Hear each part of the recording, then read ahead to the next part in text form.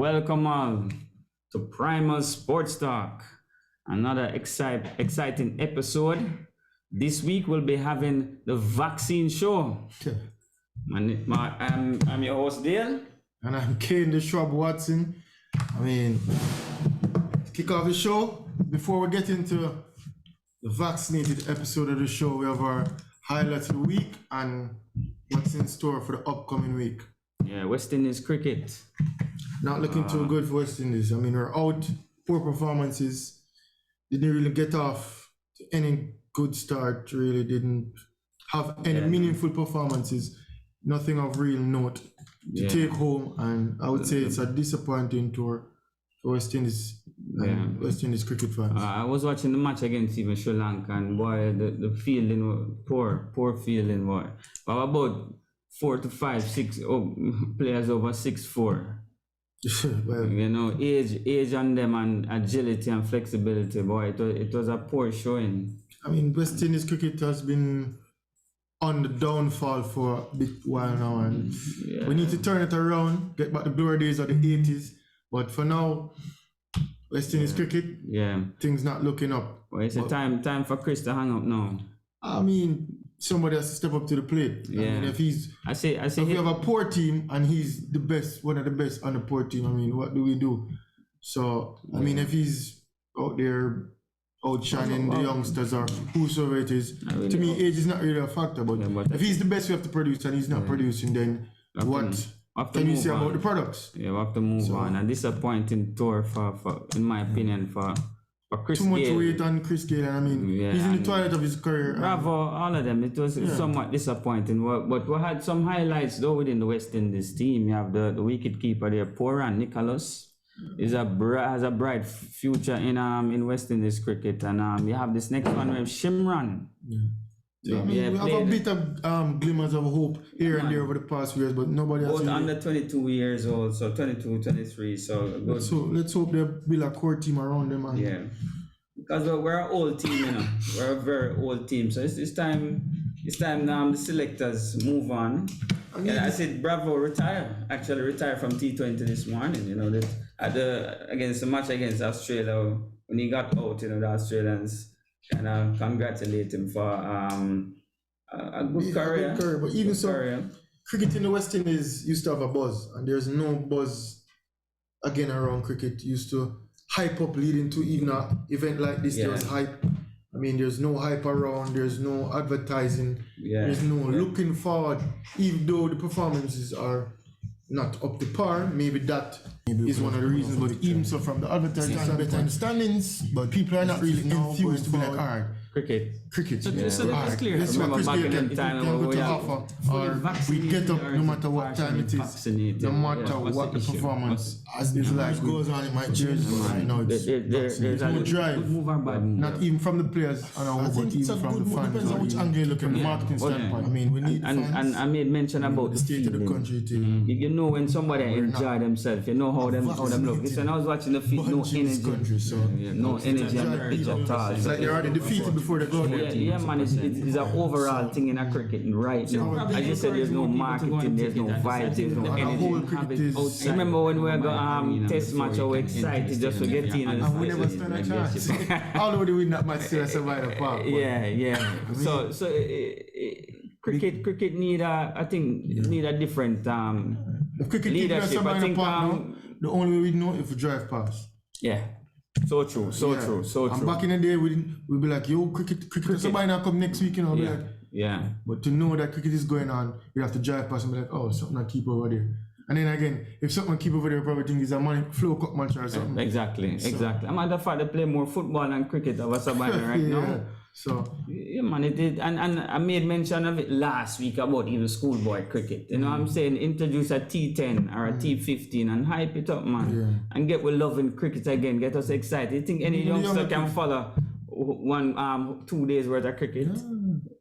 I can't tell us when I pass the street and see somebody bowl a ball. Exactly. I used to do that back in the day when I was young, but if we get up with the times, I know man like our our former old boy at KC, Michael Holden, still is a big advocate for test cricket. But come on, man. Get with the times. You forget with the times. We're dealing with a faster pace. Everything is faster now. Everybody want immediate results. Not to neglect the test cricket, but yet still, yeah. You see where it's trending and it's heading towards T20 being high. And the youngsters, the intake of sugar right now for the youngsters, them keep them very unstable. They say they can't have a youngster want to watch cricket and watch it for the whole day. They want a shorter version like football. And I was saying to you, imagine if JC, KC and all of them get involved in this T20 or T15. It's lucrative from every angle if you look at it. I mean, that's where the money is now.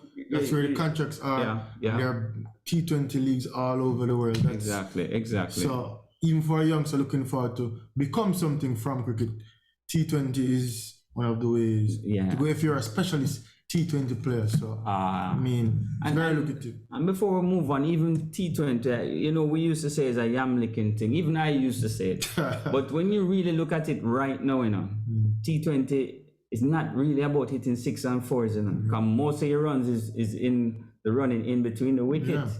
On average, a team probably hit about between 20 and maybe 22 fours and combination of 4s and 6s per matches, and that's an high output I'm putting it at. So Michael and these old guys probably think you're gonna lose the technicality and the all of that at cricket by just reduce but it still comes back to basic fundamentals. It's still gonna come back to fielding, power plays, exactly, smart everything. So outsmarting the ball, outsmarting the field. So I wouldn't say containing. I mean, you have to play it from even the defensive standpoint. Bowling, how to contain batters. I mean, there's more technicality to it than that meets the eye. It's not just 6s and 4s. And do you remember this is our first episode on Facebook Live? We'll be streaming on Facebook Live. Thanks to all the viewers on Facebook Live. And the viewers on the cable network as well as social, the media site Primal, You can now check us out on Facebook Live as well. Yeah, so. And do you remember later on in the show, WhatsApp calling, the number is 1-876-552-7406, and that's on WhatsApp only. Moving on from cricket, Dale. Football. I say, they listen to Primal Sports out there, man. We've been balling for Ravel. So I mean, Morrison is now in.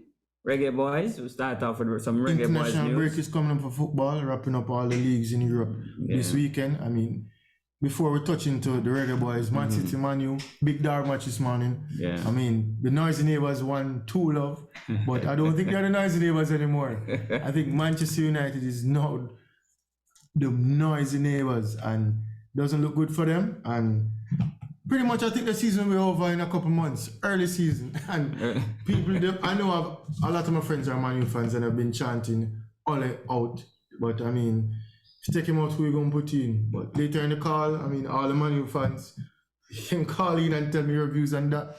But fast tracking, I mean, we're looking forward to the international break. As Dale said, the Reggae Boys, we have 2 matches coming up. November 12th, November 16th. November 12th in El Salvador, November 16th in the office. I remember later in the show, we have the vaccinated segment. And I mean, the lucky ones are going to be in the stadium, the vaccinated ones. I wouldn't say lucky, but I mean, we want things to get back to normal, and some people feel that that's the way forward, while some may argue against it. Later on the show, we have specialists talking to us about that, but we are specialists what's going on the field. So we'll talk about what's going on the field. And Reggae Boys, as I said, we need at minimum 4 points from these 2 matches going forward, and I think we're going to feel a strong contingent, strong team. And I mean, to get it right, get the mix, we need to develop momentum. And as I said, Ravel Morrison in, Leon Bailey back. I mean, Mikel Antonio will be on the trip with his physiotherapist. I mean, that drama and saga should be over. I mean, I don't know if it's special treatment, but I mean, he's a quality player, and just have him in the squad will be a plus. Who top up plays? An informed striker, I mean, but to me, at a good clip. The first 2 names on the sheet, the team sheet, should be Andre Blake and Shamar Nicholson. Shamar Nicholson is one that sacrifices the team. He does the dirty work. What a choice, boy. He surprised everybody with that one. I mean, Anthony Grant had a couple good matches. Yeah. I mean, Ravel Marson is not in the squad, so Tapa has decent squad at his disposal. I mean, we need to get the results. We have the quality. Yeah. I mean, I was the only one on Primal that still think that we had a chance, but I know everybody's jumping on the wagon, so I want them to jump even further in the wagon. Yeah. And when we get at minimum 4 points, we can get 6, but I will take 4. And these 2 big matches coming up, I mean, if we win the first one in El Salvador with those 5,000 fans in the stadium, hopefully I can make it 5,001. You never can tell. Yeah. I doubt it, but I'll be watching the match, I'll be cheering the boys on. And with fans in the stands, I mean, I think we can pull off a victory against the United States. I mean, we definitely need a result at home. So if we get 3 points on the road in El Salvador, I mean, everybody's struggling in the bottom of the pack. So these 2 matches will separate that bottom pack and they should be somewhere in the middle. So, I mean, book the show up. I mean, jump on the wagon, people. Reggae boys, we're still in it to win it. Not to win it, but to qualify. Good energy around the team, of course. Yes. And I mean, the fans are looking forward, and we here in Primal, we want the Reggae boys to make it. And then, I mean, I will look better too, because Peter and Dale counted out. And then Topper, them probably build statue of Topper after this. What? I mean, to be Topper, one of the best players ever played for Jamaica. And you know, his coaching record, if you really check back, he's number 1. Okay. He's number 1. So we're calling for him head, but I mean, there's more to it than that means, and I think it's an organizational problem. Yeah, man. From the top to the bottom, of course. And we only saw Topper out, the manager out, and off with his head. But there's more to it, and I think that he can rally the troops, and he has experience both on the pitch and I mean, he's been coaching for a while now. So again, next week episode we'll talk more about that, because we have more in-depth info of who's here, who's injured, who's fit, and we're looking forward to. Who's ready to go. But football is on the horizon and international break. And going local now, Manning Cup starting Friday, November 12th. Yeah. So it's a short season. We have 3 groups, but Manning Cup, I mean, we missed out on Manning Cup last year. We're big on Manning Cup in Jamaica, and I think that's the biggest football we have in Jamaica. Yeah. Red Stripe Premier League isn't as big. Yeah, but I mean, the schoolboys need. You know, high school sports are a big thing in Jamaica overall. Yeah. So definitely schoolboy. The starting of the Manning Cup is a good thing for football. Yes. So we have 3 groups. The teams are confirmed. The matches are laid out. We're not sure if we're going to have spectators in the matches, but more than likely it's going to be like the same vaccinated kind of situation. And after the 3 groups, then they will disclose that by next week. They should tell us whether you can have spectators or not, whether vaccinated or not. So whatever the case is. The whole era is sketchy on that, but schoolboy football is definitely on. 12th of November. And after the 3 groups, we have 2 groups of 4, the quarterfinal round. After those 2 groups, we have the semifinals, and then the finals. We should be finished by Christmas. And my early pick for the Manning Cup champions is none other than Kingston College. Yes. Look out for the purpose. Never count them out. Yeah. So football. Yeah. But big things tonight. Boxing. Before we go into the next segment, big fight tonight. Canelo versus Plant. Super middleweight. Yes. And 2 good fighters. Good fighters coming out of good stables, you know. So And here on Primal, me personally, I like to make picks. I mean, you can count my record. I'm going with Canelo, and Canelo is great defense, and to me, you need a great defense. I pick in the aggression, the aggressor. You know, Planta is a stronger fighter to me. Maybe not as technical, but he's surely tactical. So I'm going with Planta. Canelo, hands down, easy. Okay. I mean, you out there, you know, pick the shot. No, people. We have a very interesting episode this week. Yeah. We'll be discussing the vaccination. You know, we have the anti-vax and we have the pro-vax. And, you know, this is tied into sports as well because it has been affecting sports all around the world in general. Yeah, so we not only sports, but people saying we're a sports show. Why are we talking about vaccine? You know, but you know it is closely tied in with sports right now. It's affecting a couple of the athletes out there, You have the Djokovic who decide that it's a problem for him. Kyrie, the latest news on Aaron Rodgers, trying to fool the public, with his status in terms of being vaccinated, say he was immunized. Yeah, so, I mean, it's across all sports. So we have an NFL player, a basketball player, a tennis grade. And it's just not ordinary athletes. We're talking the top class athletes. And we want to really find out what is the issue, what is the problem out there, with these high profile athletes refusing to take it. And, they have good medical staff behind them. So is there some, at their disposal. So is there anything behind the scenes that we don't know why these guys are refusing it? But today's episode, we'll have somebody who's going to clear up all of these things for us. Yeah. We'll be having Cheryl. Dr. Cheryl Holder. You can't leave off the doctor. Yeah, she's the dean of the International School in Florida University. And we have Dr. Scott Hamilton, or I wouldn't say a guest on Primal. He's part of the Primal family. Yeah. And I mean, people love him out there. Yeah. Facebook and the channels, they always ask for Dr. Scott. And he's with us again. Our sports psychologist. Welcome, Dr. Scott Hamilton, and welcome. Dr. Cheryl Holder. Welcome to Primal. Thank you, gentlemen. Before I introduce my esteemed colleague, Dr. Holder, Dr. Holder is the Assistant Dean for Diversity at the Florida International University. I used to hold that position, and now Dr. Holder is in charge of it. Dr. Holder is a Jamaican.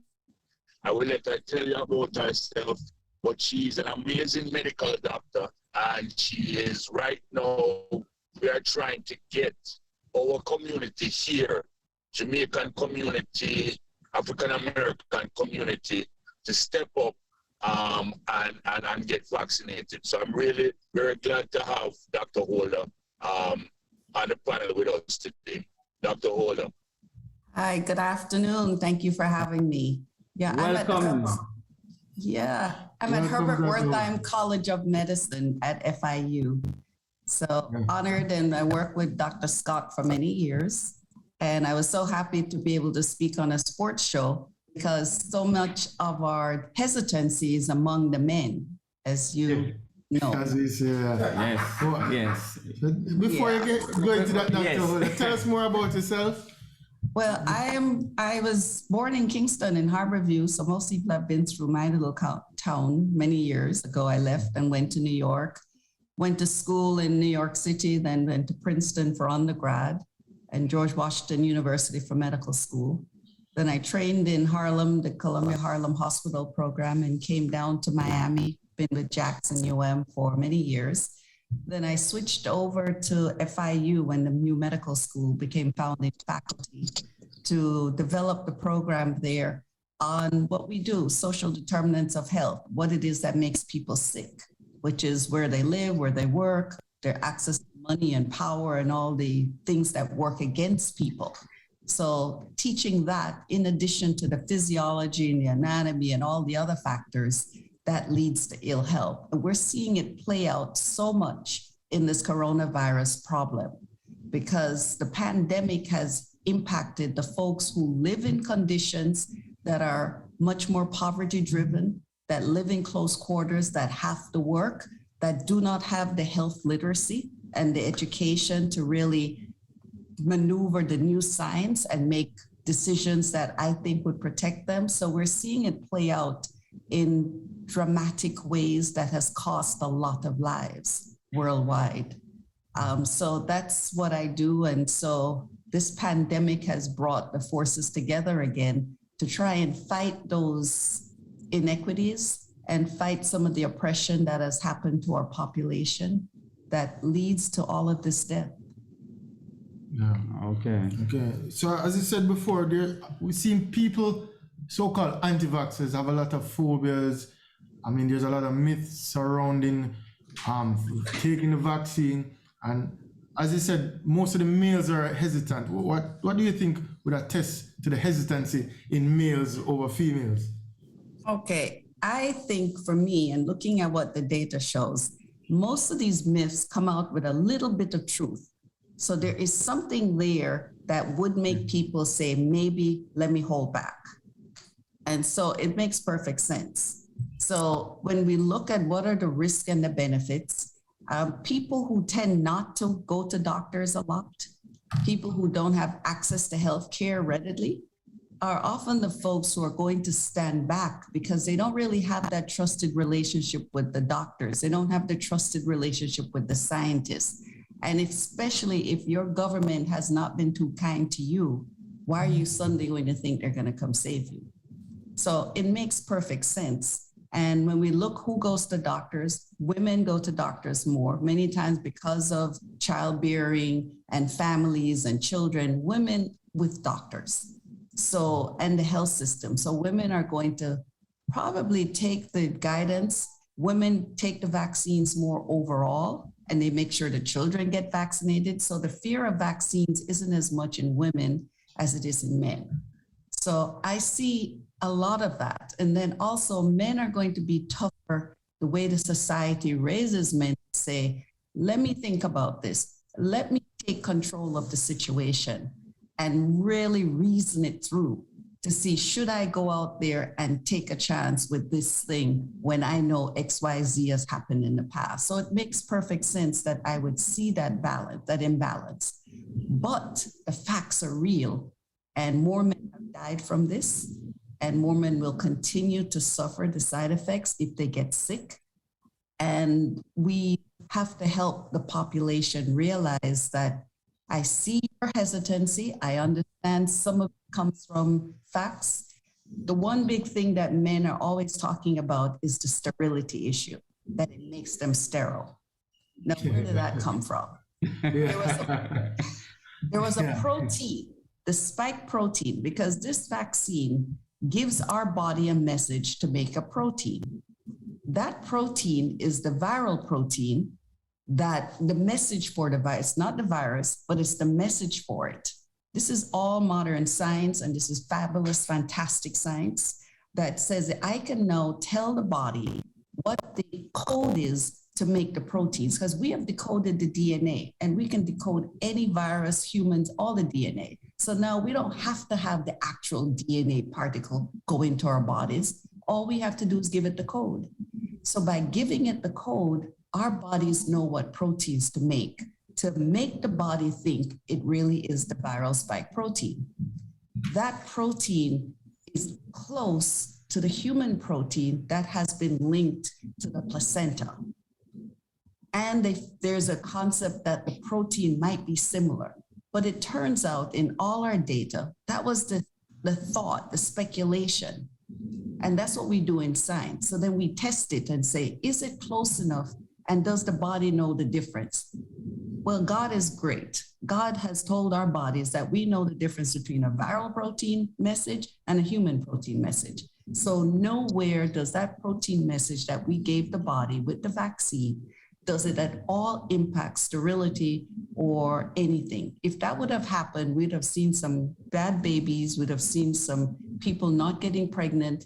We're not seeing that happen at all. There are people who got the vaccines and they still got pregnant.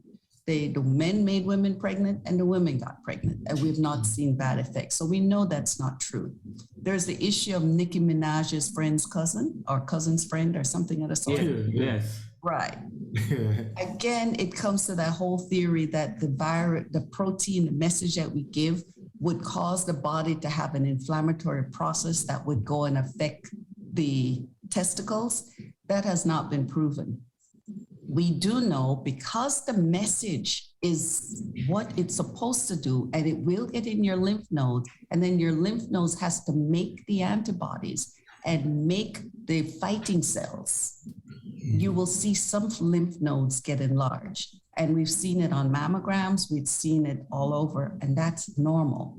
It does not inflame the testicles. So that person must have done something at the same time that they got the vaccine that caused their testicles to inflame, but it wasn't the vaccine. It was probably just correlation at the time, but it's not the vaccine, because we know how the vaccine works.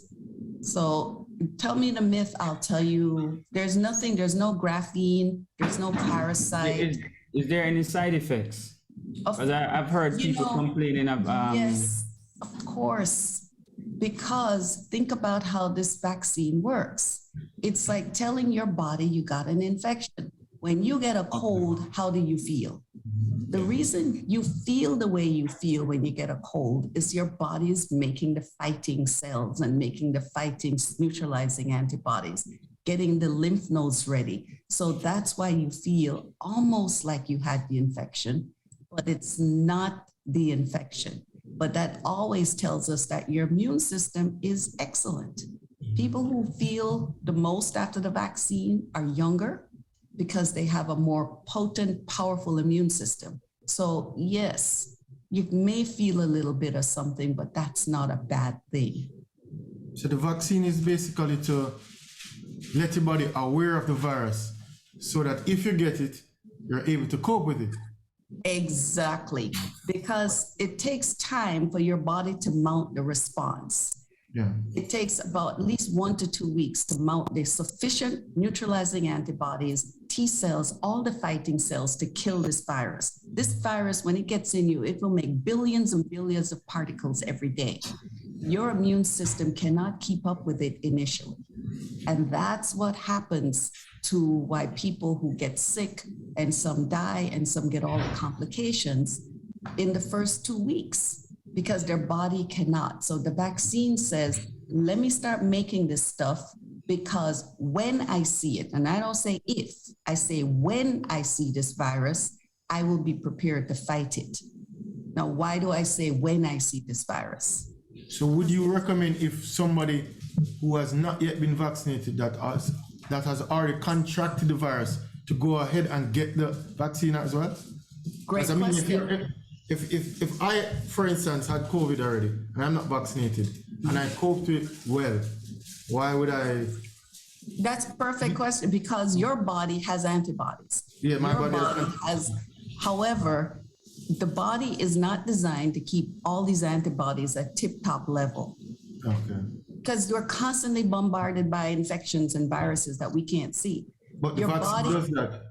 What the vaccine does is it gives you that booster. So yes, after you've had an infection, we say get the vaccine to boost that immunity that you first got from the infection. Because what we find is that people who have the infection, they build up those antibodies, but because they were so sick and the infection, the balance isn't sufficient and it wears away faster than when you have that slow process of the vaccine. So we tell folks after the infection, get the vaccine, and then you challenge your body again to make another level of immunity. And this level is even more powerful. We do this because the virus has not gone away. If the virus had gone away, we would not probably give anybody who's had the infection another booster. You wouldn't need it because what you had is sufficient and the virus is gone. But this virus keeps changing and we need to keep the highest level of antibodies ready to fight. And that's why we say after infection, boost your immunity that you got from the first infection, boost it higher so you're always ready at least for another 6 months. And that's what will keep you from getting sick and dying. That's what the vaccine does, prevents you from getting very sick and dying. But it doesn't prevent you from getting the virus. Just doesn't prevent you from getting the infection. We don't have we don't have the perfect vaccine. We have a good vaccine. But okay, sorry to cut you. Dr. Holder, we're going to cut for 5 minutes because we're going to have sports commentary with Peter Muyong. So we will resume the talk in about 5 minutes time. We call him the controversial boss, so he's on now. Tune in for something controversial right about now. I see Daniel smiling. And also welcome Danielle Dowie, our track and field analyst. Hello, good evening or good afternoon. Please stay on, Daniel and Dr. Holder and Mr. Hamilton. Dr. Hamilton. Go ahead, Peter. Well, blessings, good afternoon, one and all. I'm happy to see Dr. Holder here because I've been fighting with the anti-vaxxers. So thanks for the reinforcement of somebody quite knowledgeable on the subject. I like how she's presenting it, and we soon get back to her. And Scott Hamilton is here as well. We want to talk about those anti-vaxxers and what drives them. But before I go on, looking forward to a big fight tonight. But before the big fight tonight, we will have a big fight in a few minutes with Danielle Dowie, well-known anti-vaxxer, going up against Dr. Holder. They look like sisters. So it's going to be a bit of a sister versus sister fight. All right. No Sports commentary. Welcome one and all. I say, either we stop it or we start it. West Indies cricket, come on. I cannot take a beat down. I come from a family or a school. Dr. Hamilton come from the same school. We either win or we stop. And West Indies cricket, we got to either win or stop. I do not believe the Caribbean psyche can take much more of this. We got to come last all the time, man. We're coming last all the time. We in World Cup now, we're defending champions, and we didn't even go to the big dance. So I say, I'm along with Dale Parham, we either find a way to build up back cricket or we stop it altogether. Take it off TV, take it off the sports thing. I don't want to see no more cricket if it's going to be constant losing. It's almost a lifetime of losing. I say stop it or we do it properly. I'd love to hear from people about this. Tonight, 2 big fights. Can't even decide which fight to watch. In UFC, Usman from Nigeria is going to fight Colby Carrington, the Trump fighter. And the guys have been talking up some serious trash. I'm excited, but I don't even know which fight to watch. I'm picking Usman to beat Covington for the 2nd time in a row. But tonight, Canelo, the pound-for-pound guy, is going up against Plant, who is looking good. But looking good is not going to do it. I've looked good in many finals, national finals. And when you play the big champ, everybody knows the big championship. Well, around this table, there are 2 big champions. Myself, Kane Watson, you're not a big champion. You had a chance, you didn't make it. But I believe that the big fight tonight, the big champ, in the big games, the big champs always come out. There was one famous battle between Kane Watson and myself. He got an unfair advantage. I also had a big race against Scott Hamilton. Didn't win either of those 2 fights. But I can tell you that the big fight, the big guys always come out. Reggae boys, you got to get the vaccine to watch the big dance. And for those of you who didn't get the vaccine, sorry guys, I'm going to be watching football live. And you will not. Talking to Kane Watson here. I hear that Leon Bailey will be on the team. Not excited about Bailey in particular. I've never seen him play well with a Jamaica team. I don't know if he's so much better than the rest of the team, why he's not going to be able to shine. I hope that the addition of my baller, yes, Ravel and so on, will give the team a boost. At any rate, I'm going to be watching the football, and some of you guys will not, unfortunately. I don't have much time here, so let me just go through this very quickly.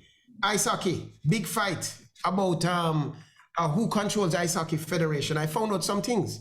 I believe the struggle between the breakaway group and the JOA has to do with money. I said it last week, and I'm saying it now. And I found out that there are some funds that promote diversity in sports, but the JOA mysteriously seems to be investing in a diversity that does not exist.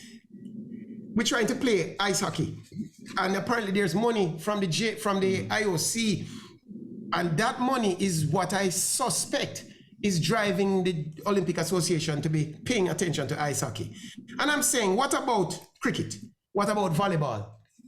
What about table tennis? What about squash?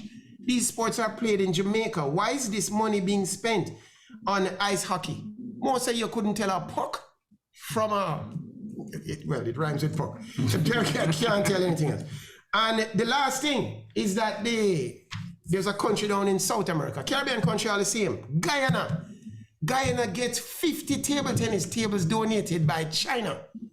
We have a Chinese president, his name is Andrew Lu. And we got, what did we get from China? Nada. We got nothing from China, right? Why is China giving Guyana 100 tables and we in Jamaica can't get 20 tables, 30 tables? We can't get nothing from the Chinese. I want to know if a tree is growing in our face, why we can't get some free stuff. Our table tennis association need to get off their backsides and go to the Chinese and beg some too. Guyana get, we must can get. So that's sports commentary for this week, and I'm looking forward to the big fight.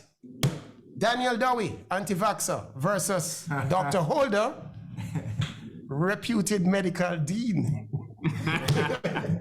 All right. First of all, that's set up. That's a set up. Always a blast. Daniel, you get set up again. Yes. All right. Can I say just something chill out in the ocean right there, before- Daniel. But Yeah. that was first commentary with Peter, with touching a lot of topics. I mean, I guess to Gentlemen, me, can I touch on what Peter said? Yes. yeah, go ahead. All right. I don't, because when we turn it to over to the big fight, I too am interested in the big fight that is about to happen. And I know these ladies won't actually, but they're two opposing opinions. So I'm looking forward to hearing that. So let me touch on some things that Peter said. Let's start with the cricket. They need to address sports psychology and the mental aspect of sports. The 2 times that West Indies won T20, yours truly was a sports psychologist working with them in 2013 and in 2016. And then, but that was under a different leadership. I am not saying it need to be me, but it need to be somebody, because that is many different islands make up the West Indies. We were in the Guinness Book of World Record as the winningest team in the history. We just have beat people in the 80s. There are 2 people right now that will tie in to what the big fight will be about in a few seconds. There are some Jamaicans here who it is part of what Dr. Holder was speaking about a while ago with maybe men having all kind of different thoughts and not want to get vaccinated. Some of it is the Tuskegee syphilis thing, so they're not really trusting. But then you have people like Jamaican-born Errol Webber and Winsome Sears, 2 Republicans who recently just been saying the most foolishness. Born in Jamaica are anti-immigrants, come from an island that had slavery, and they're saying this is the one, Errol Webber, he's not supporting reparations because he would support reparations if there were any slaves or anybody that is a slave now. So since there's nobody that is a slave now, he not support no reparation. I know that I'm going off on topic, but it's that mentality that is causing it. I'm not saying that's you, Daniel. And lastly, last point I want to make with regard to Dr. Holder can attest to this too. There's a region of the brain called the limbic cortical region, which believes it's protecting you. And your limbic cortical region, it suggests things to you. And some of the times it's suggesting things like not taking vaccine. You understand? So this is a part of the region of the brain that we try to help people with in sports psychology. With that, I'm going to turn it over. But lastly, on the things that Peter spoke about, so he spoke about cricket, he spoke about the fights tonight. I too like Usman for the fight. And lastly, with regard to the Reggae Boys, I think Ravel feeding Bailey and the others, we can do well in this part of the series. All right, to Dr. Holder and Daniel. Definitely. Ask Daniel why she won't take the vaccine.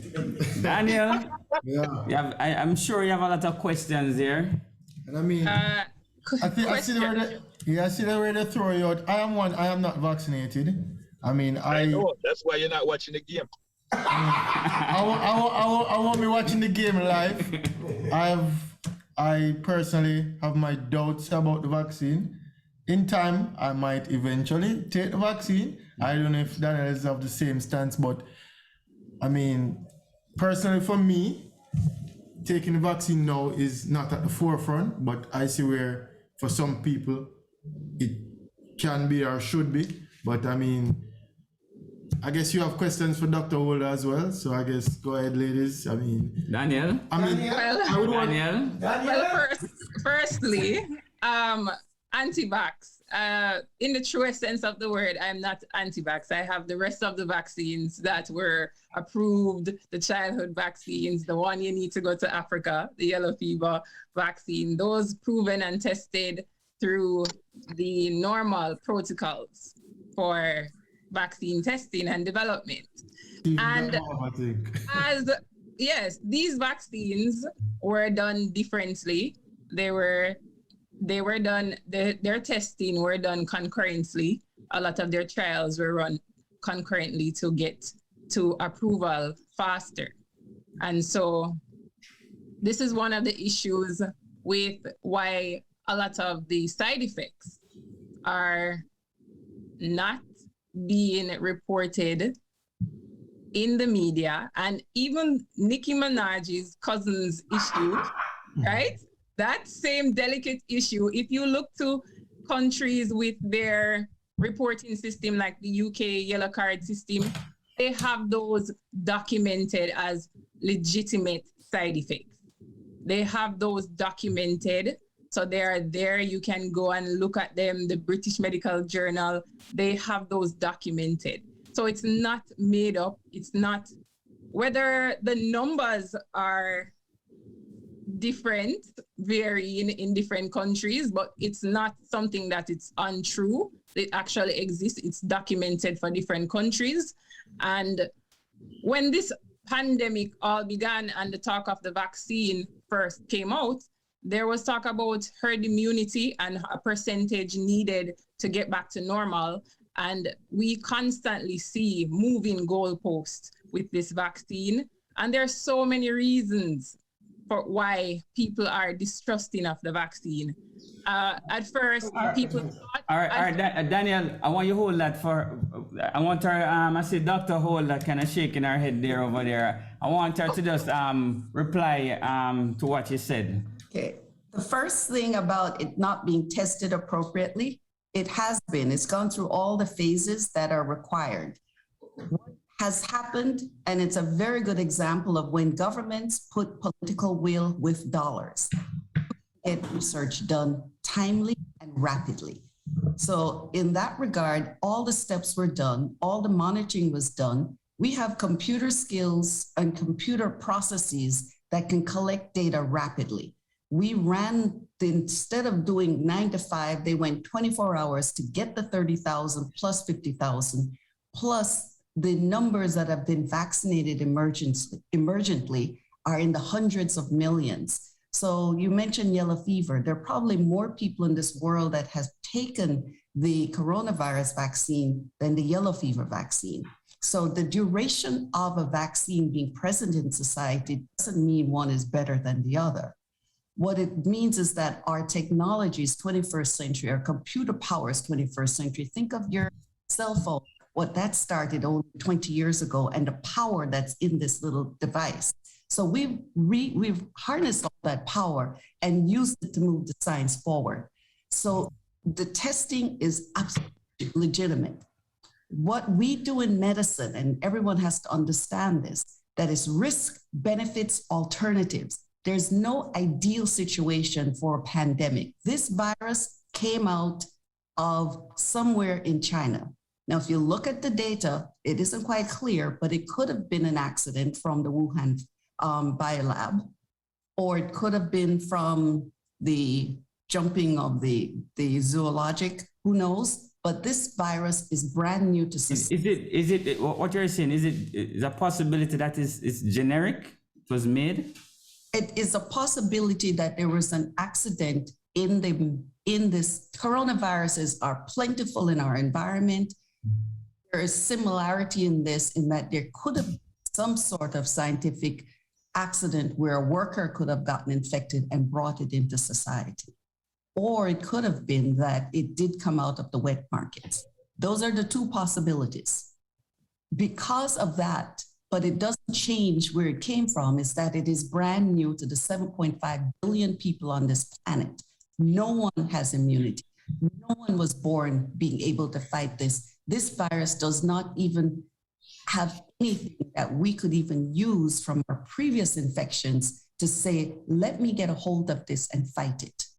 What happens is that it then kills, because it is such a rapid, such a dangerous virus that it kills rapidly. It kills the sick, it kills the weak, it kills the young. That's what it does. Now, what we push is that we get as many people with fighting power. So when you see this virus, you will get infected. There's just no way around it. That's just how this is a virus that was created by God or wherever it came from. So every human being on this planet will get infected if it gets a part of this virus, because that's what our body does. That's the science. Now, what happens after the infection? Now, that's if you're young, you'll pretty much fight it off. You won't feel anything. If you're older and sicker, you'll probably get pretty sick. There'll be a certain percentage that dies. What we're seeing is that percentage that dying is really high than just any cold virus, any flu virus. If you have obesity, you tend to die. Males tend to do worse than women, but so many other factors. Okay. Older don't do well. So our work as doctors and scientists is how do we save the population, 7.5 billion people, and especially a sicker one. I look at a little country like Jamaica, 2.7 million people on that island, another 2.7 outside of the island. When you think of, 5.4 million people out of 7.5 billion, the impact that the Jamaican population has had on the world, if you lose even 5% of your population, you're losing a huge amount of people. This virus has the possibility of wiping out cultures, wiping out. That's why we move fast. That's why we went with emergency. Okay. The world came together. So Danielle? it was tested appropriately. Danielle, do you want to? Yes. Well, just to pick out the population of Jamaica, 2.7 million, roughly 3 million.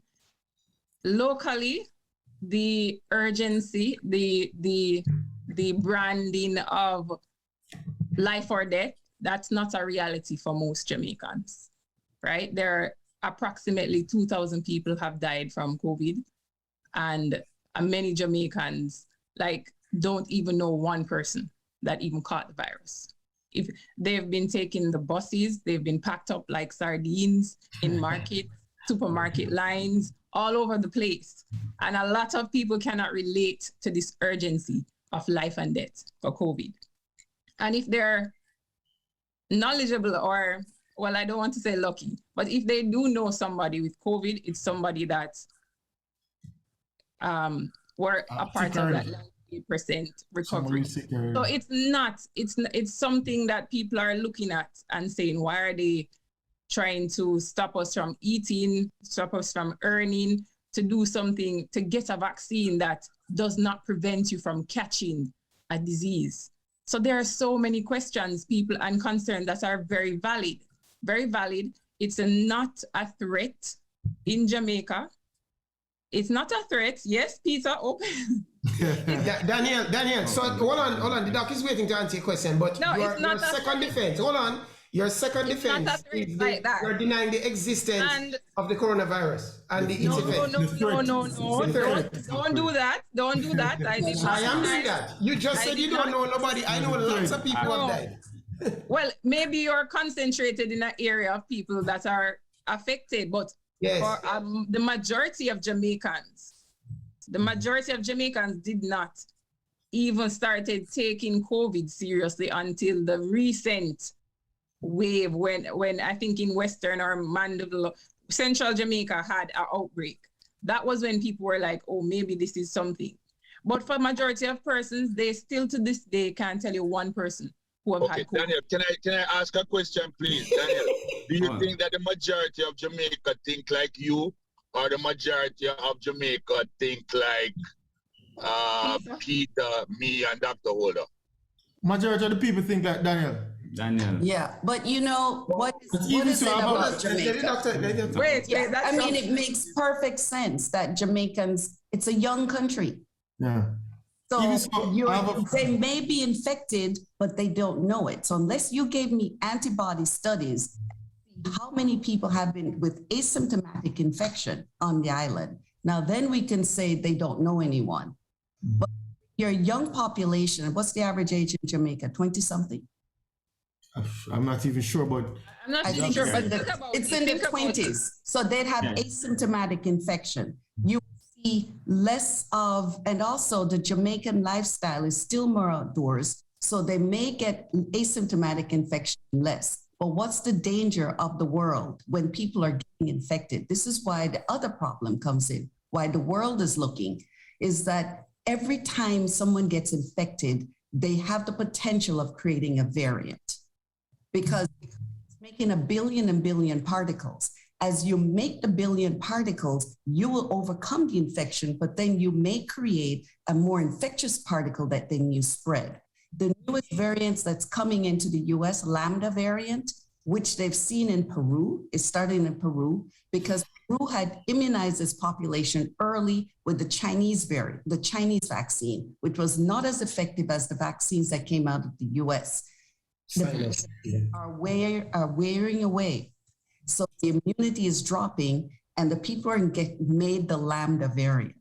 So it's best if I wait. It's best if I wait on that. I have a question for that you. good vaccine then. I have a question for you, Dr. Holder. Yeah. Can the vaccinated person spread the virus just the same Of course. Yes. There's asymptomatic infection. So there's no use. So there's no reason to prevent us from to prevent the unvaccinated from going to the stadium then. Yeah, the difference with a vaccinated asymptomatic, they don't stay sick as long because they've had a higher level. So rather than passing on the infection, that's why we tell you wear masks. None of this says you should not be masked when you're indoors. Outdoors, it's less. The vaccinated person's infection is much shorter, and there's less chance of them getting worsening of, they don't go sick and dead, they don't sick and die, and they stay sick. If they get asymptomatic, it's a very short amount of time. Okay. So rather than 2 weeks of having high viral load all over, infecting a lot of people, worsening hospitalization, ruining your resources. In the US, it's about $40,000 per hospitalization. I don't know what it is in Jamaica, but it uses a tremendous amount of the country's resources to help keep the whatever percentage you have alive in the island. So Doc, I need to ask one question. Can I ask Doc a question? So based on what you're saying, that we can spread it. So I want to ask a question. Sense? Yeah, I have a question. I'm sorry. The mandate make any sense then? Yes, it does. I'm going to explain. It does. So Doc, it's a multiple strategy. If you don't get it with mask and vaccination and keeping as many people out of your hospitals, you're going to waste a lot of resources. You're going to have a lot of deaths. And not everyone gets as infected, especially younger people who develop a huge antibody level and huge neutralizing antibodies. They really do well.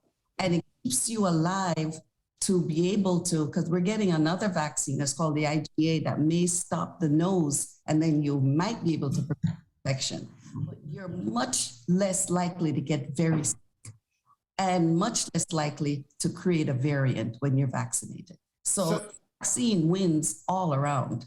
So Doc, my question is for Danielle and then for you the same question. As you know, there's a pill that's come out now from Merck, and that pill will be used to treat people who contract COVID, and it has about a 50% efficacy. And then there's another pill that Pfizer just came out with, it might be today or yesterday, that is about 80% effective. So Danielle, if you get COVID, will you take the pill or are you against that pill as well? Well, okay. So listen. That pill could be affecting your virility and all these other things too, you know. I'm happy you mentioned Pfizer because I wanted to ask Dr. Holder and Dr. Hamilton, both of you guys, with the history of Pfizer, they're known to tamper with trial results, and they've been fined the most times. Yes, they're one of the most fined pharmaceutical companies. They have a very poor medical history, and with the vaccine companies having background like that, how can you be confident in their studies, in the time frame that they produce these vaccines and these pills that are coming up? How can you be confident that you're telling somebody like me who is not hesitant but resistant How can you be confident in telling me that if I take the vaccine in 2-3 years, I'll be able to have a healthy baby boy or girl? How can you tell me as a young woman who does not? You never answer the question. The answer is no. Answer my question. Let me do the science, because she's asking the same questions the patient asked. Pfizer is not sometimes not the most reputable company in the way they do it. It's capitalism. They're going to make their money. Doc. They do study, but this vaccine was different. This vaccine was different in that there was a lot of would you take the pill? supervision. Would you take the pill? I would. Even though you have, I would not take the pill. I would not. I would not take the pill. I would not take the pill. You don't even want to take a pill for a headache. Yeah, but it depends how sick you get. Like we have monoclonal antibodies, which is the manufactured antibodies. Rather than your body, they make them. If you're sick enough, trust me, you'll take the pill. I've been a doctor 30-something years. When people are very sick in the hospital, they take whatever you give them. That's another key point. Cancer, I've seen it with HIV. I've seen it with every disease. I've seen it with pneumonia. When you're sick and you can't breathe, you're going to take the pill. And let's ask Danielle that question as well. Danielle, that's a key point. Quickly. That's a key point, because think about it. If this was life and death in the eyes of the people, they would be fighting at the vaccination. Exactly. Danielle. So having rejected the vaccine and having rejected the pill, having got COVID, will you reject the oxygen when you're at the hospital? Will you reject the oxygen? That's not going to happen, Peter. No, and she's probably right because she's young. So her. However, her chance, if she gets infected and developing a variant, it's more likely to get the older person. So that's the other aspect, is that many young people do have the privilege of knowing that their bodies will fight it through. But not everybody has that privilege, and that's when we use public health.